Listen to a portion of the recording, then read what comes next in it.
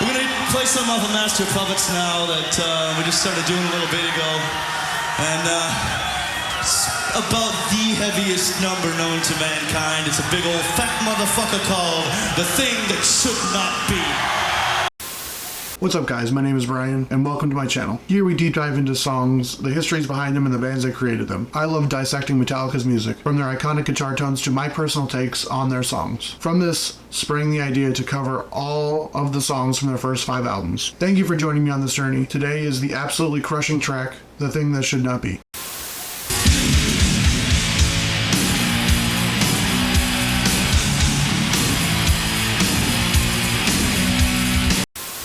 The Thing That Should Not Be holds a special place on an iconic album, Master of Puppets, which dropped on March 3rd, 1986. The entirety of Master of Puppets was recorded at Sweet Silence Studios in Copenhagen, Denmark, between September and December of 1985. The band had just come off the stage from the Day on the Green and flew to Denmark to begin their long recording process for Master of Puppets. This time entering the studio, Metallica had matured as musicians, evolving their talents and establishing themselves prominently in the metal and the wider music scene. Committed to crafting an absolute masterpiece, they spend more time demoing and recording for this album. Even Lars, who struggled to record drums for the last 2 albums, started taking drum lessons to improve his musicianship for this album. Interestingly, The Thing That Should Not Be was actually not even demoed out by the time they got to the studio. Lars Ulrich recalled, "All the songs had been written, except The Thing That Should Not Be, which we did in the studio. We knew there was a spot for a slow, super weighty song, and The Thing That Should Not Be came together easily." The song made its live debut on May 23rd, 1986 at Kane's Ballroom in Tulsa, Oklahoma. Since then, it has graced Metallica's live performances a total of 267 times, earning its place as the 5th most played song for the Master of Puppets album, following classics like Master of Puppets, Welcome Home Sanitarium, Battery, and Damage Inc. While it may not have gotten as much live spotlight as some of its album mates, it still had its memorable moments. The song was featured on the Live Shit Minge and Purge live CD and live DVD, as well as the S&M live CD and live DVD. Many of you might recall encountering for the first time on Guitar Hero Metallica, like myself, where it made its virtual debut. Despite not being in the top tier of their most performed songs, The Thing That Should Not Be remains an absolute juggernaut in Metallica's discography, offering a unique and unforgettable sonic experience.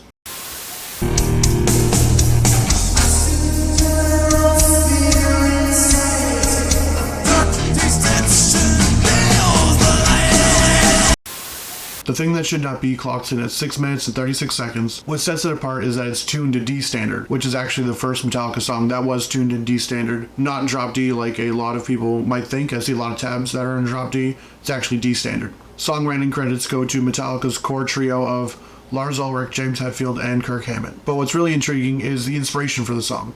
It's based loosely on H.P. Lovecraft's chilling tale, The Shadow over Innsmouth, published in 1936. Cliff Burton's love for Lovecraftian lore influenced the band, and James Hetfield's lyrics cleverly allude to it, highlighting his lyrical prowess, and while not directly referencing the stories of Lovecraft, was an ode to it. For James, the song held another meaning as well. Well, lyrically, try to be written as a, if you're fearing something so greatly that you can't face it, face the thing that should not be.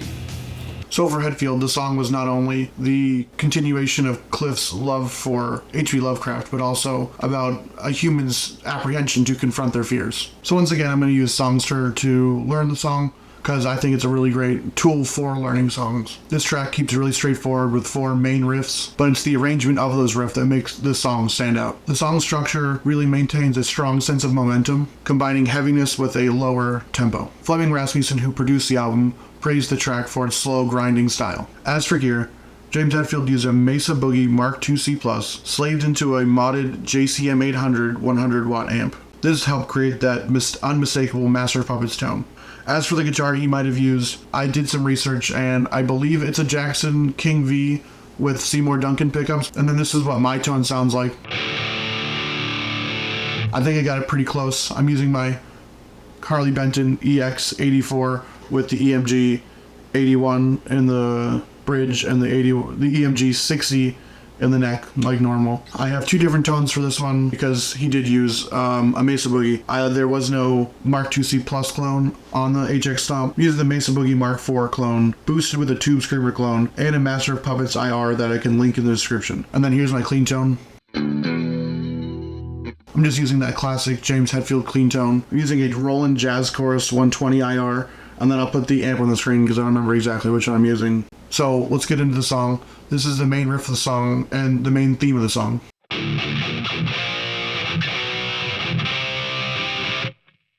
Great riff, really absolutely crushing.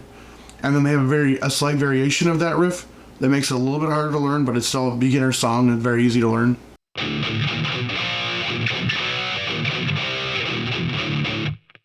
After they play this C, they go back to this first turnaround, which is a D sharp and then G, and then it goes back into that,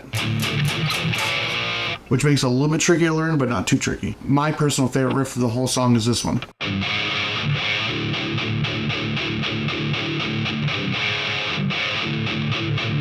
A lot of people nowadays like to use the word like caveman riff. I think that's a perfect example of a caveman riff. Really chuggy, really easy to learn, but really heavy. Okay, so here's the thing that should not be.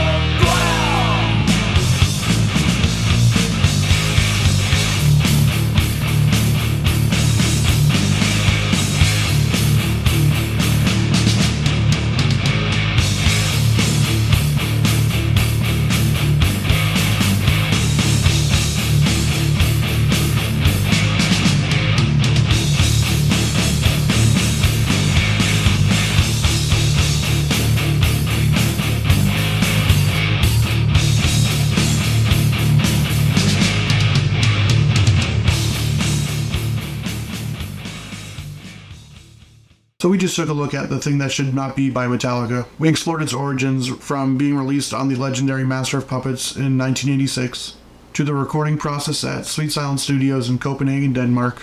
And the album on a whole really marked a pivotal point for Metallica because it took them to that next level of musicianship. The song's unique tuning and its connections to H.P. Lovecraft's work really adds a unique flavor to the song and to its composition. It's a testament to Metallica's creativity and their ability to pull from diverse sources for inspiration. Musically, The Thing That Should Not Be is a blend of heaviness at a lower tempo, and this showcases Metallica's prowess at creating interesting and compelling songs. The four main riffs are powerful and memorable, reminding us that complexity isn't always what's needed, and good songwriting is a key. As you guys have probably already guessed, this is my favorite album, and I absolutely love this song. It's up there with one of my favorite tracks from all of Metallica's discography. I believe it's a masterclass in storytelling and songwriting. James Hetfield's lyrics, although loosely based on H.P. Lovecraft's work, maintain an air of mystery and dread throughout the entire song. The fact that they composed this song entirely in the studio speaks to their exceptional talent and creativity. And let's not forget Kirk Hammett's underappreciated solo, which really adds another layer of mystery and dread to this whole track. The Thing That Should Not Be is a heavy, punishing, and masterclass of a track. It's a testament to Metallica's enduring legacy of being one of the greatest metal bands.